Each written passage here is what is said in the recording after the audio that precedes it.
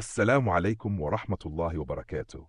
أعزائي المشاهدين، قبل أن نبدأ هذا التحديث الهام، أرجو منكم دعمنا قدر الإمكان بالاشتراك، الإعجاب ومشاركة الفيديو.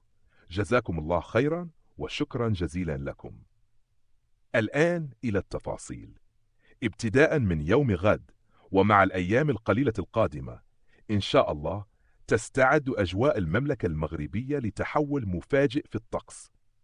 المعطيات الجوية تشير إلى انخفاض واضح وملموس في درجات الحرارة، خاصة خلال الليل وساعات الصباح.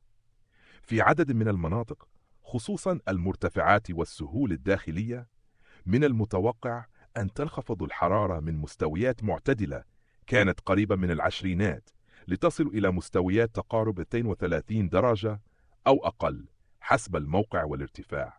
هذا التراجع قد يكون مفاجئا للبعض، خاصة في ظل الأجواء التي كانت مستقرة نسبيا في الأيام الماضية.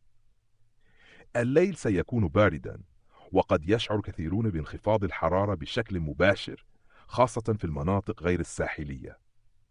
تنبيه مهم: ننصح الجميع بأخذ الاحتياطات الضرورية، خاصة كبار السن والأطفال، مع الحرص على ارتداء الملابس الدافئة وعدم الاستهانة بهذا التغيير المفاجئ. تابعونا باستمرار للمزيد من التحديثات والنشرات الجوية.